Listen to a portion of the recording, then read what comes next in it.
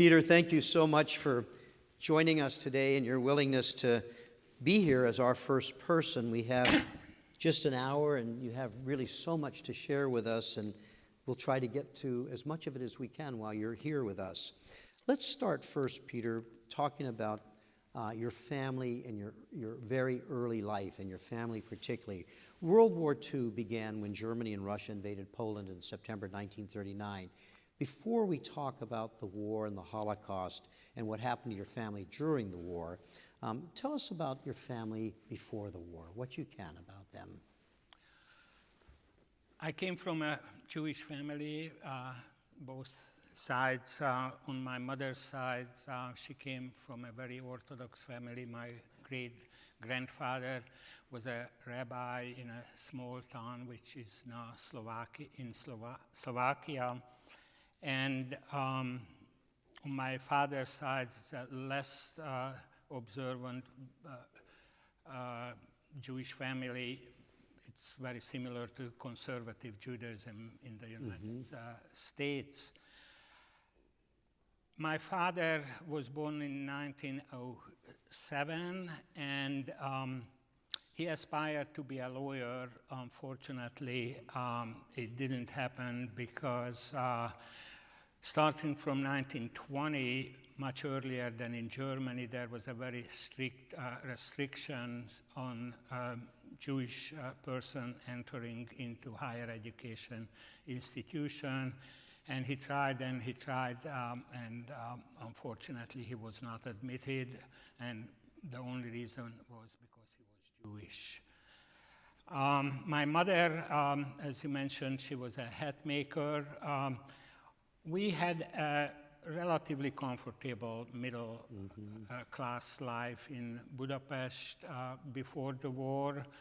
Unfortunately, the anti-Jewish laws were getting stricter and stricter.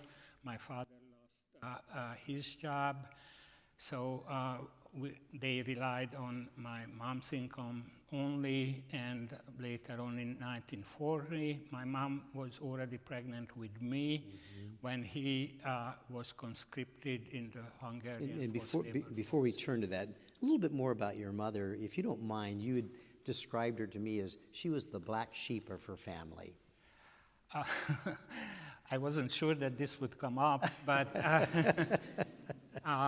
in a way, yes. As I said, she came from a very observant Orthodox family, but she never turned away from Judaism. She just didn't follow the strict laws. And one family lore is that the day before the wedding, she went to make her hair pretty for the wedding, forgetting that there is a Jewish custom that on the day of the wedding, the bride goes to the mikvah. That's a ritual bath where she has to be immersed in water completely. So her father reminded her. After she had her hair done. After she had the beautiful hair done, and it was messed up after the mikvah, but there was still enough time before the wedding to make her pretty. And Peter, you had described to me that for your parents, they really led a very normal life up till 1939. They had non-Jewish friends. They were active in the community. What were some of the things that they did from what you know? They were very active. They loved outdoor activities. During the summer, they went kayaking on the Danube River. In the winter, they went skiing. And they belonged to a sports club, which was by that time, because of the discrimination, restricted for Jews only. Jews could not join to any kind of organization which was not set up for Jewish people. They went to theaters, concerts, movies. They loved movies. So yes, they had a relatively normal life. Although World War II began in Europe in September of 1939, the full brunt of the war and the mass deportation of Jews in Hungary didn't occur till 1944. Nonetheless, as you started to tell us, conditions have been getting worse and worse for Jews, even going back to the 1920s. But after 1939, they got increasingly worse, even though the full brunt of the war didn't come to Hungary, including your father being forced into a labor battalion. Tell us what you can about your circumstances for your family once the war began in 39, and then your father being sent to a labor battalion. Yes, the Holocaust history a little bit different from the rest of Europe because Hungary wasn't occupied until 1944 by the Nazis. Nevertheless, anti-Semitism was as rampant as in other countries, and the Hungarian government took care, in quotation marks, of the Jews. The anti-Jewish laws, there were 3 consecutive laws between 1938 and 1940, made life almost impossible for Jews. My father had to go to the forced labor camp. Jews were entrusted to have weapons or rifles or handguns. So they were doing all the dirty jobs for the army. 1941, the Nazi Germany attacked the Soviet Union, and because Hungary was the ally of Nazi Germany. And on that point, Peter, that's the really critical point. The reason that Hungary wasn't occupied by the Germans was because they were such a strong ally of the Nazis. That's correct. Right, okay. That they collaborated with the Nazis all the way until the end of the war. So going back to my father's story, he was taken to the forced labor camp. He was moved from one camp to another until in 1942, the forced labor battalion moved into Ukraine with the Hungarian army, where out of the 100,000 Hungarian Jewish men between age 18 to 55, out of the 100,000, 40,000 died. Some of them died because of the war activities, but many of them died because of the inhumane circumstances they were in. We know from the memoirs and the testimonies of people who survived that during the winter, the harsh Russian winter, temperatures are minus 30, 40 degrees. The snow is knee high. They didn't have adequate clothes or shoes, and they had to march in those circumstances, and many of them just were too weak and couldn't march any longer. If they stopped more than 3 or 4 minutes, they froze to death. Mm-hmm. Those who didn't, but couldn't keep up the pace with the troops, they were shot by the officers, Hungarian officers, on the spot. Mm. So many of them perished this way. We don't know what exactly happened to my father. In early 1943, my mom got a notification from the Hungarian Ministry of Defense that my father was a missing person, and later on he was declared dead. During the time that he was with the labor battalions, did your mother have any idea of where he was? Tell us about her communication with him, particularly a little bit about the postcards. I have with me one of the many postcards my father sent from the forced labor camp. I don't know if it can be seen. These little postcards, my father tried to jam as many information as possible in the little place space he had, and he could not reveal where he was because it was a military operation. The cards themselves were censored, so he couldn't write about the circumstances. So the only thing he wrote about how he felt, how he missed my mom, how he missed me, and how he hoped that the good Lord would help them one day, that we are going to be reunited. And you have several of those postcards. I have several of the postcards, and I am in the process of translating it for my children, and I ultimately plan to donate it to the museum because they can take better care of it. And so is with my mom's diary.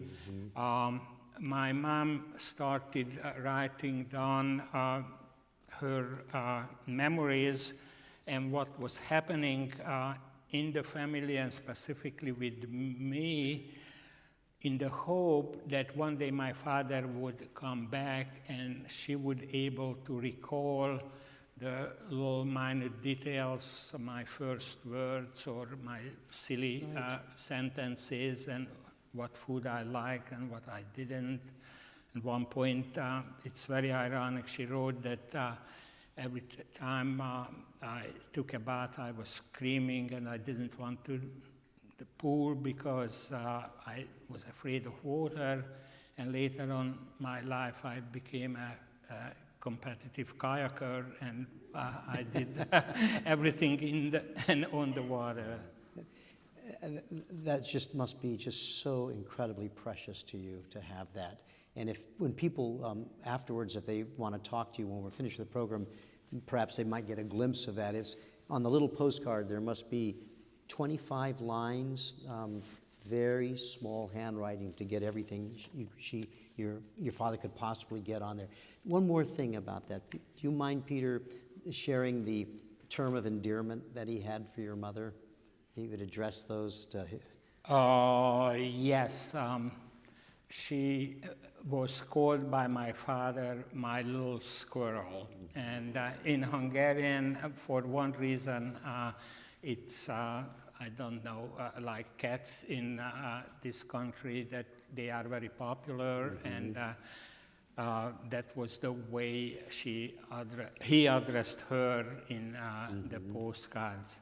I don't know if I have just a little time to quote a couple of things from my mom's diary, because it gives you a little glimpse how people, and specifically my mom, felt throughout those years, and also the emotional roller coaster she went through, from expressing her love to desperation, from consolation to hope and determination to survive. So with her words, first about her love for my father, "You have no idea how much I long to see you. The thought of seeing you and having you next to me drives me to insanity. Why the good Lord punishes me so much that the one I adore the most is separated from me for such a long time." And from love, she went on to desperation. "I cannot stand this horrible situation that I'm heading to a nervous breakdown. I try to control myself, and I try to believe that you are not in any trouble. You haven't had the opportunity to ride." Obviously, she wrote it after a long time she didn't hear from him. And something which is very precious for me, and probably this is why I'm here, because she had this determination to survive regardless of the circumstances. And this is what she wrote: "Your little girl is strong, and the good Lord listens to my everyday prayers that we will be united soon. I have to remind myself all the time that I should not be bitter or desperate, that I have to be strong so our livelihood, our survival will be secure." Thank you for sharing those, Peter. We saw in the pictures earlier that your father was able to come one time to see you. Say a little bit about that. Yes, I was about 3 months old when he was able to come home for a long weekend, and that's when the picture was taken. Unfortunately, I do not have any personal memory of my father. I don't even remember his hugs and kisses, but from the cards, I know how much he loved me, and that gave me strength throughout the years growing up. And in light of what your mother was writing, the desperation she felt, yet because she was so resilient, she had to continue to make ends meet, provide a home for you. How did she make ends meet during the time that he was gone, then of course got word that he had died? As you said, she was a hat maker for ladies, and hats were very popular in the 30s and 40s. So she made a good living. She set up her shop in our apartment. One room was set aside for her work, and I do remember I was only 4 years old when the Budapest Ghetto was liberated, but I still have personal memories that when my mom made some beautiful hats for a wedding, I was the first one to try it and pranced in front of the mirror. Unfortunately, that time there were no instant cameras, and I don't have picture of it. Peter, as hard as conditions were, as you've described it, and for Jews in Hungary generally, life became profoundly worse when the Germans occupied Hungary in March of 1944. Briefly tell us why they occupied, just very briefly, why they occupied Hungary that late in the war, and then what that meant for you and your family. It was a combination of at least two things. Number one, by that time, the German troops were retreating from the then Soviet Union, and they had to go through Hungary to get back to Germany, and the Soviet Red Army was chasing them. But the ultimate reason was that by 1944, a year before the war actually ended, the Hungarians realized that they were on the losing side of this war, and they wanted to get out. The Germans wanted to keep them in, so they occupied Hungary and installed a government which, although the previous governments were very loyal to Nazi Germany, but the Nazis lost confidence in the government, and they installed their own people. And was this what they call the Arrow Cross? And later on, that was the occupation happened in March 1944. Situation got worse and worse, and by October, the Hungarian far-right Nazi party, the Arrow Cross, took over the government. Even more extreme than the other two governments. They were more extreme. One example is that our story from the Nazi occupation continued. We had to leave our apartment. The Hungarian government, and I emphasize that the Hungarian government forced Jewish people out of their apartment and forced them to go to designated houses which were marked with the yellow Star of David, and people, non-Jews, had to move out of those apartments, and Jews moved in.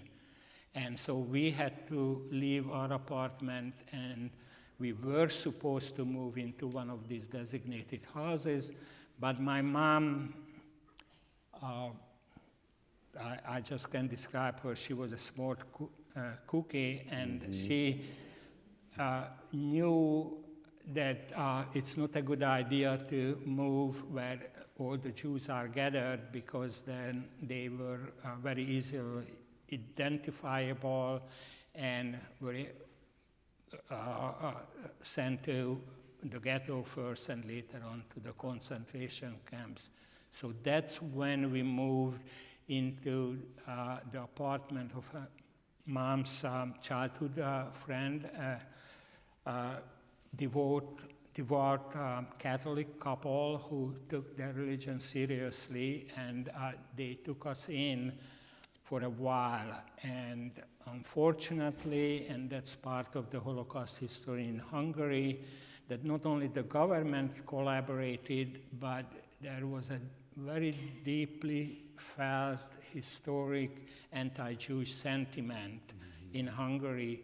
So when the Germans moved in, with only 600 people, Adolf Eichmann was able to round up hundreds of thousands of Jews because their neighbors were reporting them where they were hiding, where they were staying.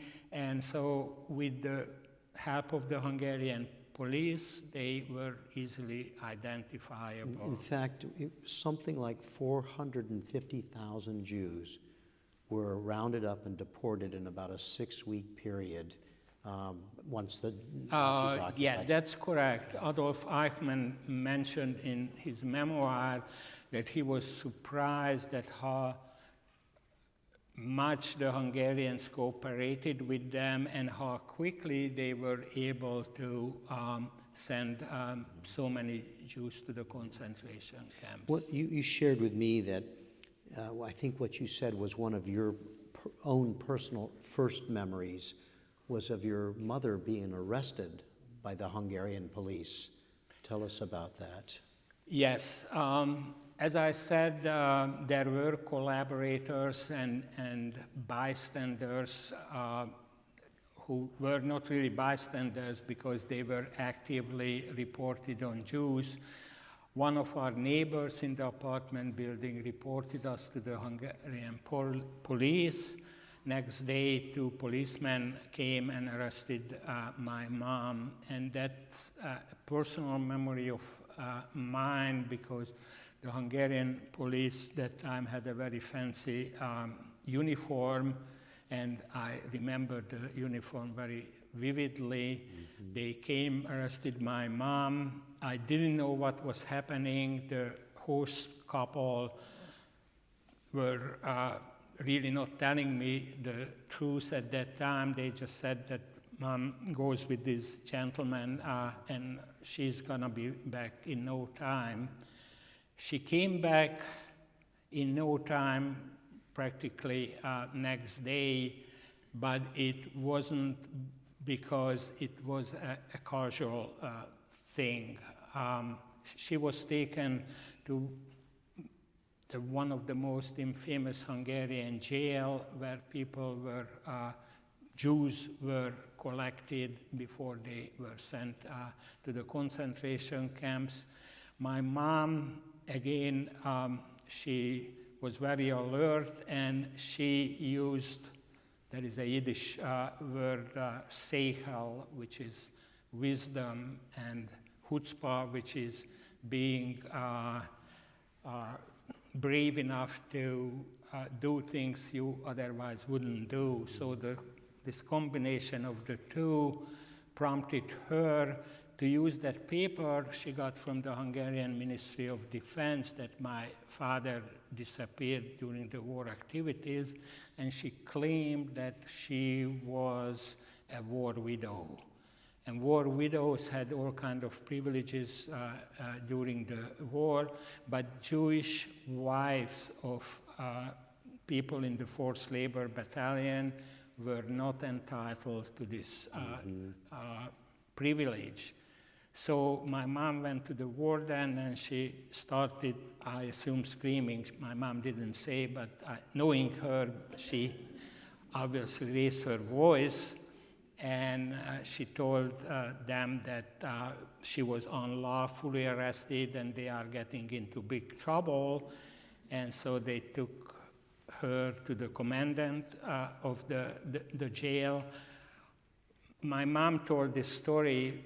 She wasn't sure whether the commandant of the jail had pity on her, or he wanted to have an excuse to release her, but he did. He did. And she came back, but unfortunately the rest of the Jewish ladies you saw on the pictures, they did not. They did not. And that's when we had to move again, because we couldn't risk another denunciation. So where did you go then? We went from there to a special apartment. Raoul Wallenberg's name was mentioned earlier. He is my hero, and actually I can thank him for surviving the Holocaust. He was a Swedish aristocrat. He came to Hungary in 1944. The American War Refugee Board sent diplomats from various countries, mostly neutral countries, to the occupied Europe, Eastern Europe, in order to save as many Jews as possible. Now, this was very late in the war. Exactly. Yes. Yeah. It was 1944. Already millions of Jews perished, but there were still a lot alive. He came, Raoul Wallenberg came to Budapest with, I think, $15 million, which were a lot of money. He bought up 32 or 33 apartment buildings, and he crammed as many Jewish families as possible. We stayed in a 2-bedroom apartment, probably 4 or 5 families, which families by that time were mothers, grandmothers, or parents and children. And we were safe because these apartments were under international law, protected from the local authorities to enter and to arrest people in those buildings. And that's when the story goes back to the Arrow Cross takeover, because when they took over the government, they couldn't care less about. And this was the fall of international 1944, law. right? Correct. And so even though international law said these were safe houses, the Arrow Cross didn't care. Yeah, exactly. What they did was they came into these houses and started to round up people. They went from apartment to apartment, and we had to line up and were led out of the building. Fortunately for us, and again, there are all kind of survivor stories, whether it was because of bravery or wisdom or chutzpah, people survived, and sometimes it was, I cannot explain any other way, divine providence. We were not taken out of the building for one reason and one reason only, because one of these Hungarian Nazi guy, he was 18 years old, he remembered me that we were children while we were staying in this apartment building. We were playing cowboys and Indians in the inner court of the apartment building, and we used sticks and broomsticks to pretend that they are rifles, and we sounded boom boom, and we shoot each other, and we pretend that we died. We didn't know there was a war outside, and that's, again, I didn't know. I was only 4 years old. Right. And for me, everything was exciting. Anyway, one day, this Hungarian Nazi young man gave his real handgun to us. Fortunately, he took out the ammunition, but we were so excited. We had a real handgun, and we continued to play. Anyway, this guy, when we were rounded up, remembered me, and he told to his friends that leave little Peter and his mom alone, we go to the next apartment. And so they went to the next apartment. They weren't as lucky as we were. Most of the people were taken out from these protected houses, not to the ghetto, not to the railway station to be shipped to Auschwitz. They were taken to the Danube. And that was October, November 1944. They were led to the banks of the Danube.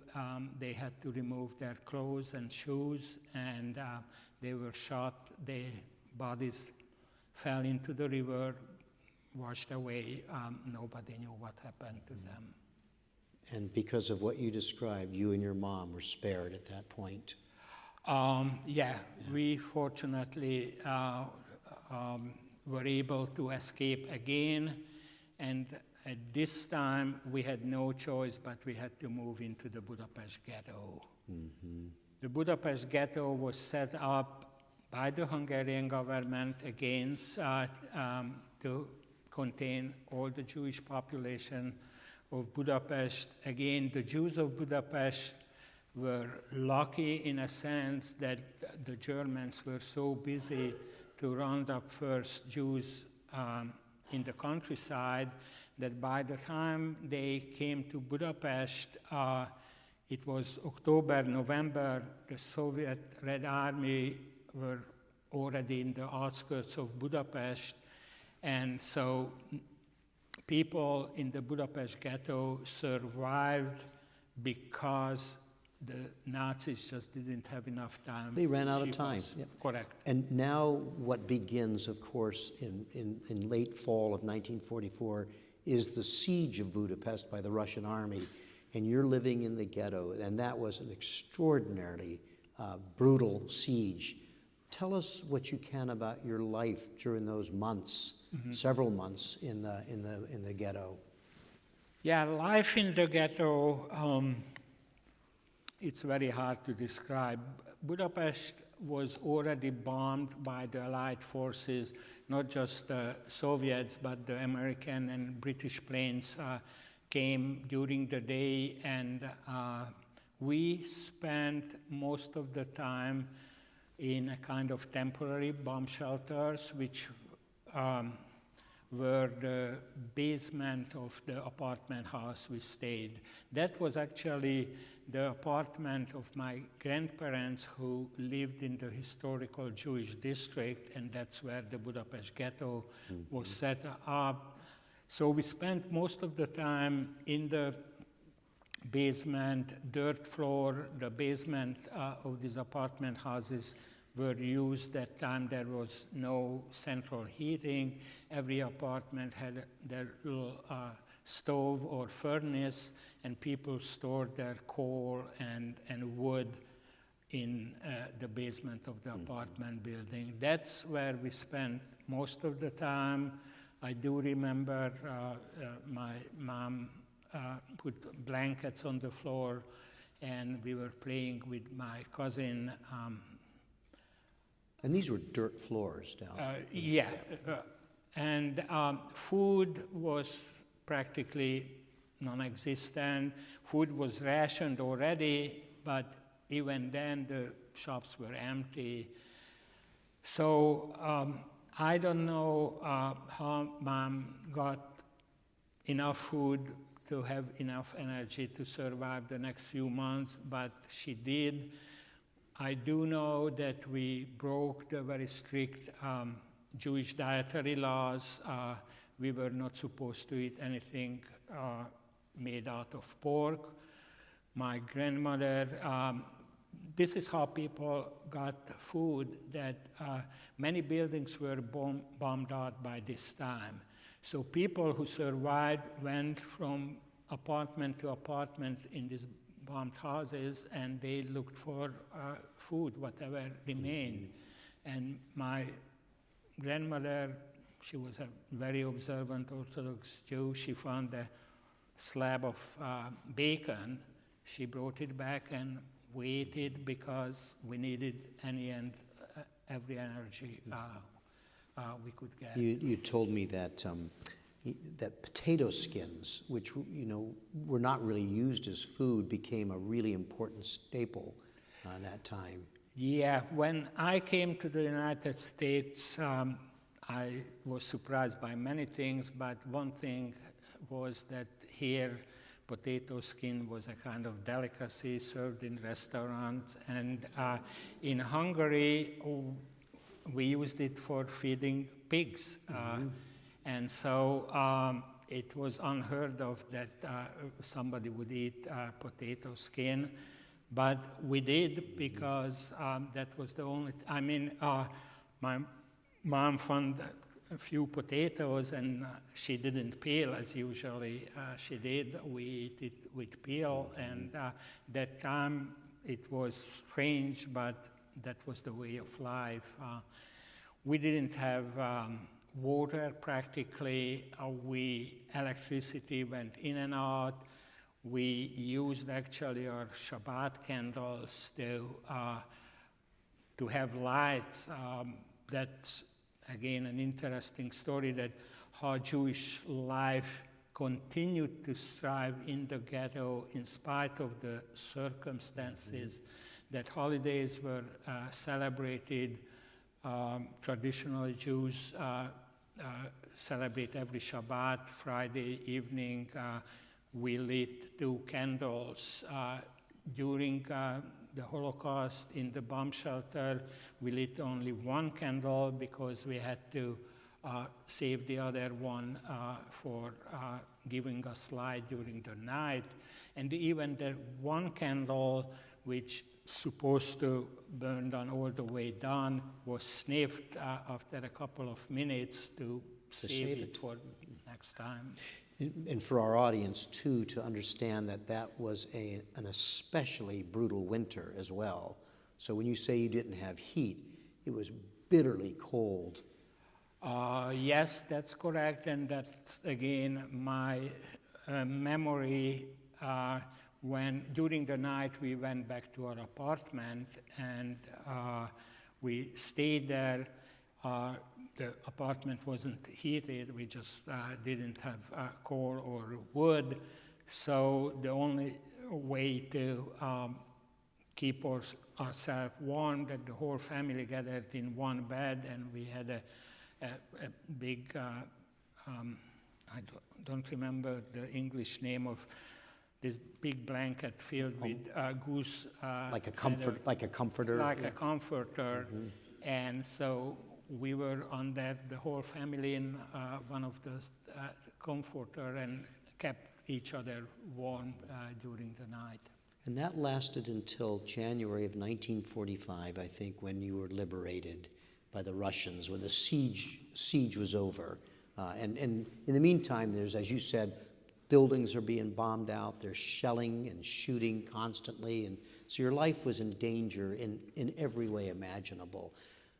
Tell us what you know about liberation. Liberation meant that life returned to normal.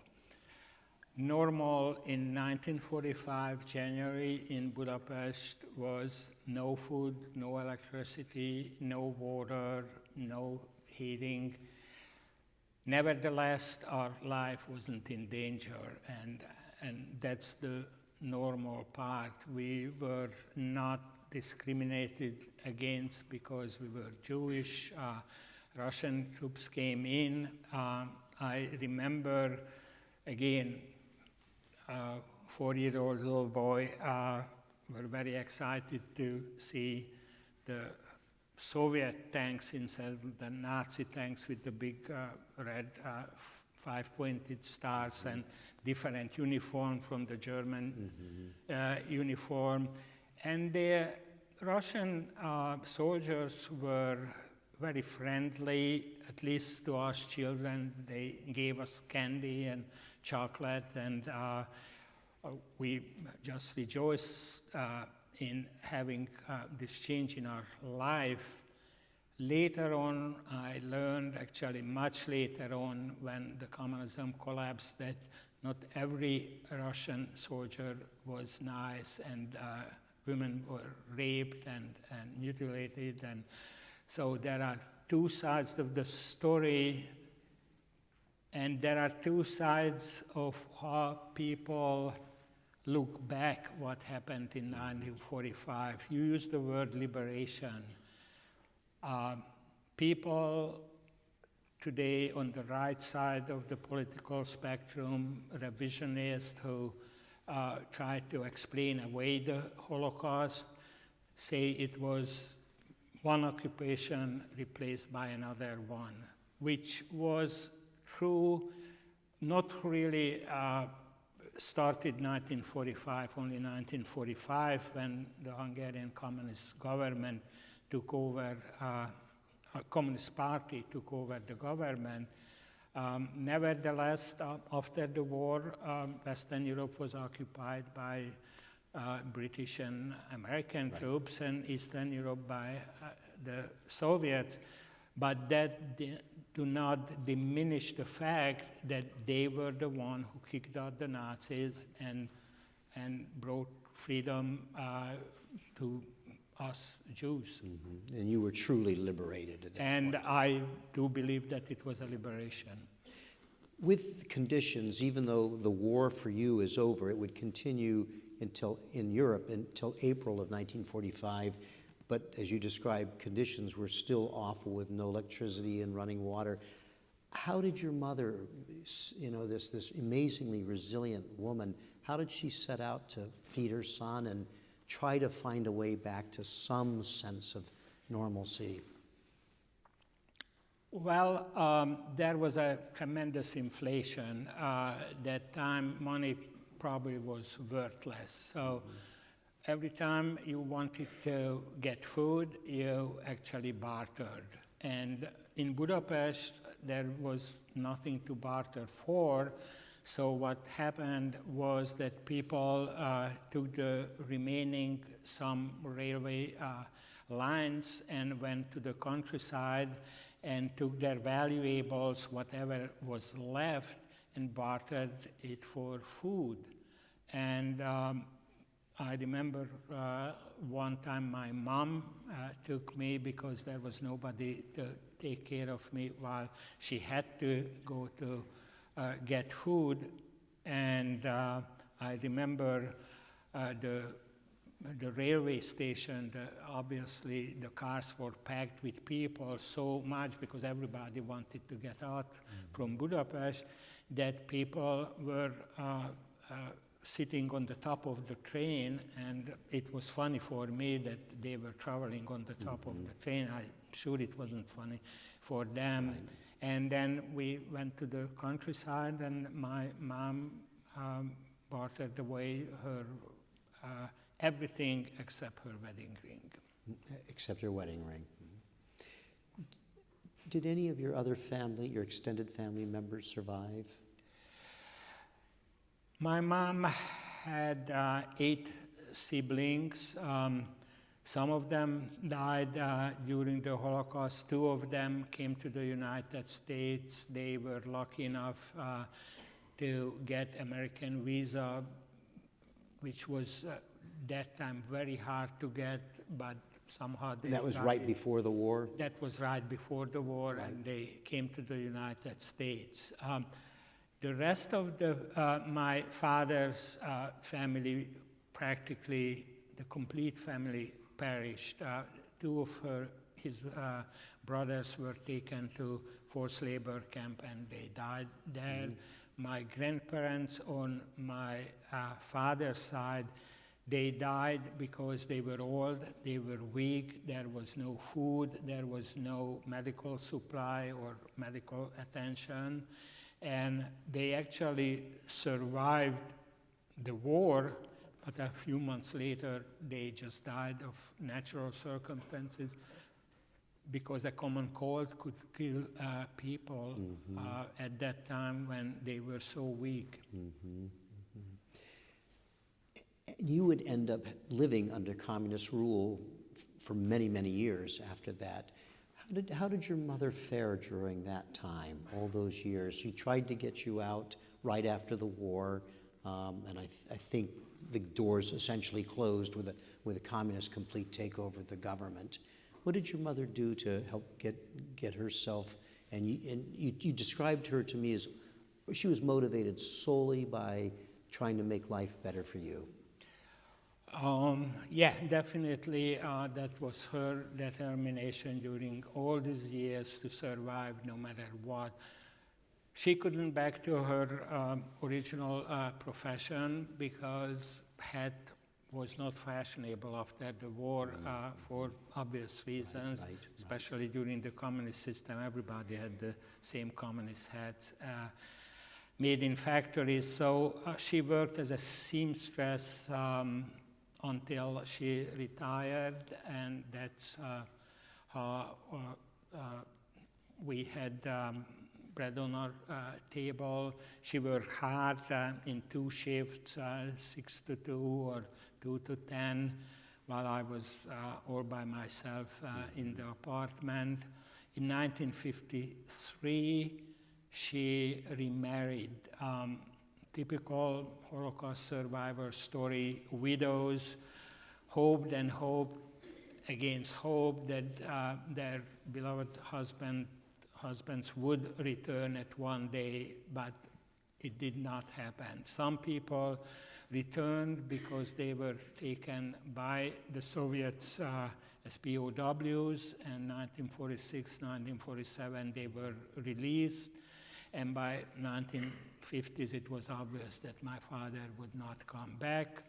She married, she was introduced to my stepfather through a mutual friend who was one of the few survivors of Auschwitz concentration camp.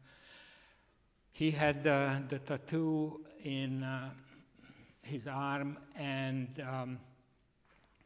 again, it's very unfortunate, but it was very typical of the time and the place that survivors didn't talk about their experience during the Holocaust. And everything I know, I didn't learn in kindergarten. I learned after I came to the United States, interestingly enough, because Holocaust was not mentioned, was not taught in schools. There were no books, there were no commemorations, nothing, as if it never happened. Mm-hmm. We knew there was a war, but we didn't know the fate of the 600,000 Hungarian Jews who perished during the Holocaust out of the 800,000. So you really learned about that after you defected to the United States? Correct, yeah. Because again, we were kind of brainwashed. 1949, communist government took over the power, and Communist Party took over the government, and it was not much different from the Nazi regime in Germany, where there was only government propaganda through government media, which that time was only radio and newspapers. So everything you knew about the world was going to schools run by the communists and telling us that communism is the best thing in the world, and communism and capitalism is dying. There were 2 or 3 newspapers, but regardless which one you bought, you got the same news, what the government wanted you to hear. I wish we had more time to hear Peter's story about the events leading up to his defection and coming over here and all that entailed. We won't be able to do that, but we have time for a couple of questions from our audience. We'll hear again from Peter to close our program in a few minutes, so would like you to stay through our question and answer period so that we can turn back to Peter in a moment. We have microphones in each aisle. Please, we got a hand up over here. Please wait till you get a microphone. Try to make your question as brief as you can. I will repeat it as best I can so that we all hear it, and then Peter will respond. Yes, sir. First of all, thank you for telling that story. That's very hard. I wonder, your family was part of normal Hungarian life. You know, you were torn away from that, and all of a sudden, you're liberated. What did the Hungarians that were your neighbors and friends and colleagues and people that your mom would have been associated with, how did they treat the Jews after coming back from the ghetto, the ones that survived? The question is after your liberation. I think you heard it. Okay. I understood. Okay. Under the communist system, religion wasn't a topic. Religion wasn't banned, but was very, very strongly discouraged. Priests were arrested and sent to labor camps and other kind of things. So we did not know much about what our schoolmates' parents did during the war or before the war. We just knew their names and where they lived. We just didn't talk about our personal circumstances. Interestingly enough, with hindsight, most of my friends in elementary school, high school were Jewish, but I didn't know it because we never talked about that we were Jewish. We were talking about everything but religion. So answering your question, the government took care of the known Nazis. They were arrested and the major characters were actually executed. But the little guys, the neighbor who reported us to the police, I don't know what happened to them. They lived their life.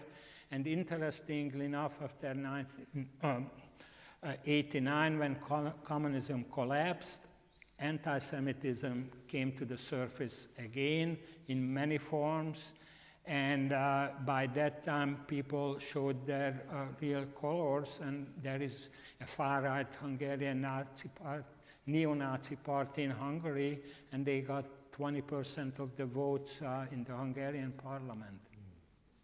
Thank you. We have one over here. I wonder, have you had a chance to return to Hungary? And if so, what date and what was your reaction? Thank you for that question. Did you have a chance to return to Hungary, and when did you go back, and what was your reaction to it? Yes, I returned the first time in 1989 when I became an American citizen, and I was able to go back to Hungary. That time it was still communist. That was the last year of communism. My reaction was a kind of bitterness, and I was suspicious of practically everybody. Were you a Nazi during the Holocaust? Did you report your neighbors?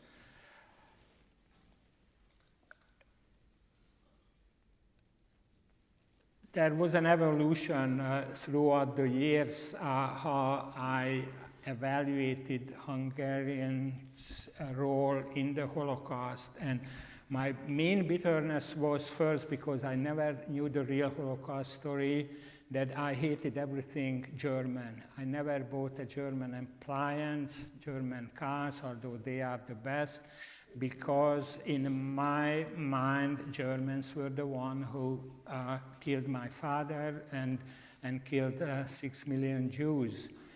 Later on, as I learned the story and the history, and also having the privilege to talk to the German ambassador twice, my bitterness turned away from Germany, which actually took responsibility for their role in the Holocaust, and they are doing anything and everything except they cannot bring back the dead. But the Hungarian government unfortunately never took responsibility, and there is a revisionist history today in Hungary which tried to describe that we were victims, the Hungarians were victims of the Nazis as much as everybody else.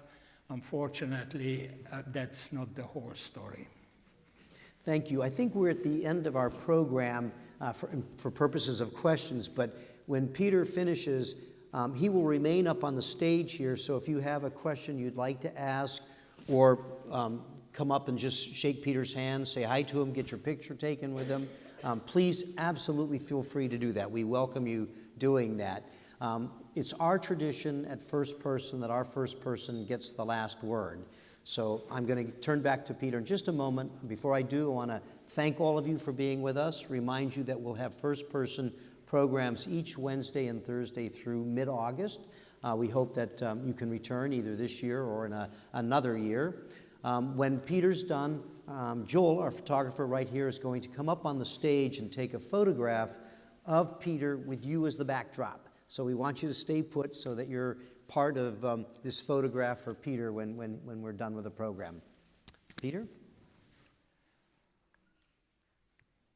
I don't know if you already saw the permanent exhibit or you will see, or just look up on the museum website. There is a picture as you exit from the cattle car, which is displayed on the third floor.